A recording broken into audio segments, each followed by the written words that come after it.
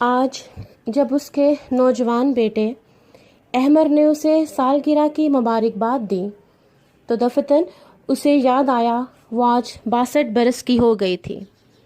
62 برس! اس نے سوچا تو ایک کڑوی مسکراہٹ اس کے خزاں رسیدہ خشک لبوں پر سوکھے پتوں کی طرح پھیل گئی۔ پھر نہ جانے کیا سوچ کر وہ آئینے کے سامنے آ کھڑی ہوئی اور اپنے عکس میں اپنے بیتے ماہو سال تلاش کرنے لگی، وقت کے وار اور اپنے زخم شمار کرنے لگی،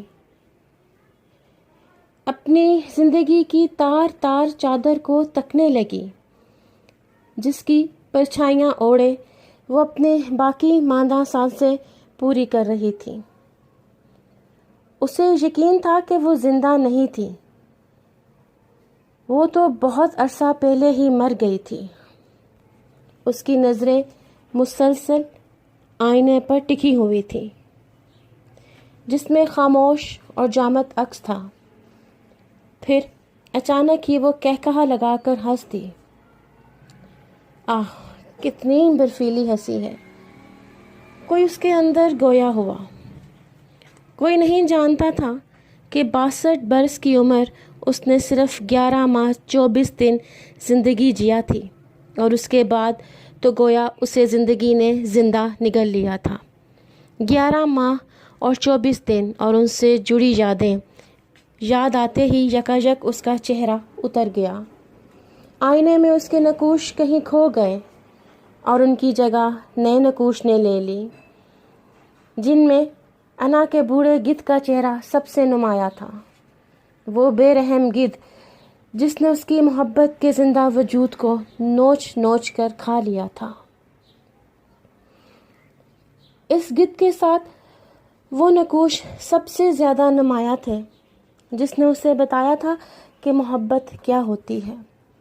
وہ ایک بار پھر سے محبت کے ان 11 ماہ 24 دنوں کی وادی میں اتر گئی جہاں سے اس کی روح ابھی تک نہیں لوٹ پائی تھی۔ حیات جس سے پہلی ملاقات پہلی نظر کا تیر ثابت ہوئی تھی، جو سیدھا دل میں پیوست ہوتا ہے اور پھر مرتے دم تک ساتھ رہتا ہے۔ ارے اس کمبخت محبت میں یہی تو خامی ہے، اپنا بنا کر خود سے بیگانہ کر دیتی ہے۔ مگر پہلے سے محروم لوگوں کو محبت نہیں کرنی چاہیے، یہ ان لوگوں کو مزید محرومی عطا کر کے دوسروں کو خوش بخت بنا دیتی ہے۔ شاید محروم لوگ محبت کا بوجھ نہیں اٹھا سکتے۔ یکایک آئینے کا جمود ٹوٹا، اس نے کچھ سوچا اور تیزی سے کمرے سے نکل گئی۔ اس کا رخ گھر کے پرانے اسٹور روم کی طرف تھا جہاں وہ سامان رکھا ہوا تھا جسے مدتوں سے ہاتھ نہیں لگایا گیا تھا۔ اس نے دروازہ کھولا تو ایک دم کھانس کر پیچھے ہٹی۔ اسٹور روم میں گھٹن اس سے کہیں زیادہ تھی جتنی اس کے اندر تھی، جو ہمیشہ اس کے ساتھ ہی سانس لیتی تھی۔ اسے اچھی طرح علم تھا کہ جس چیز کی اسے تلاش ہے وہ کہاں پڑی ہوگی۔ اس کے بیٹے نے آج تک جب بھی صندوق کو کھولنا چاہا تھا تو ہر بار اس کی حالت بگڑنے لگتی تھی۔ اسے یوں لگا کرتا تھا کہ جیسے صندوق میں کوئی سانپ کنڈلی مارے بیٹھا تھا جو ڈھکنا کھولتے ہی اسے کھولنے والے کو ڈس لے گا اور وہ ایک ہی جھٹکے میں اپنی جان سے ہاتھ دھو بیٹھے گا۔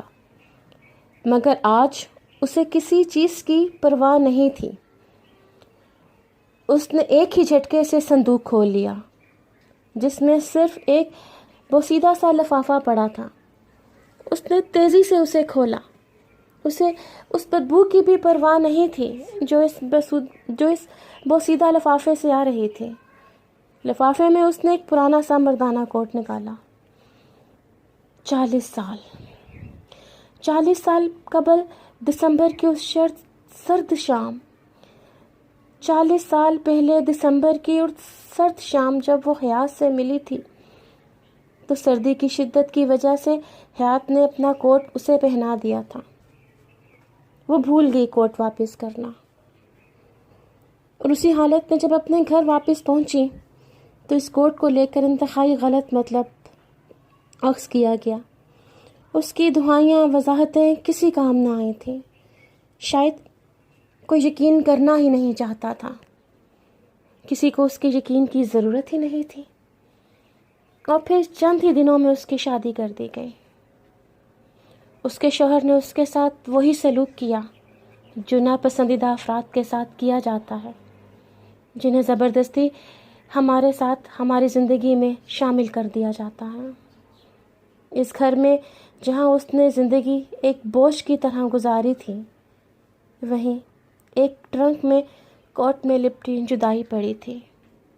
اس نے پھرتے جذبات سے، کانپتے ہاتھوں سے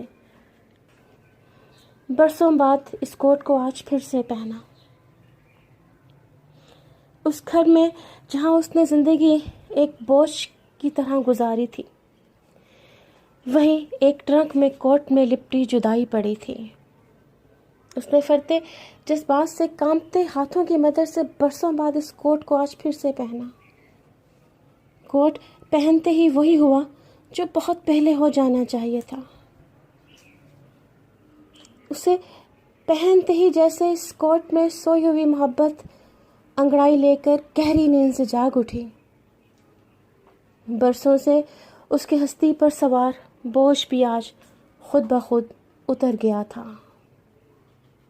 افسانہ کوٹ میں لپٹی جدائی، افسانہ نگار ملیحہ سید۔ شکریہ۔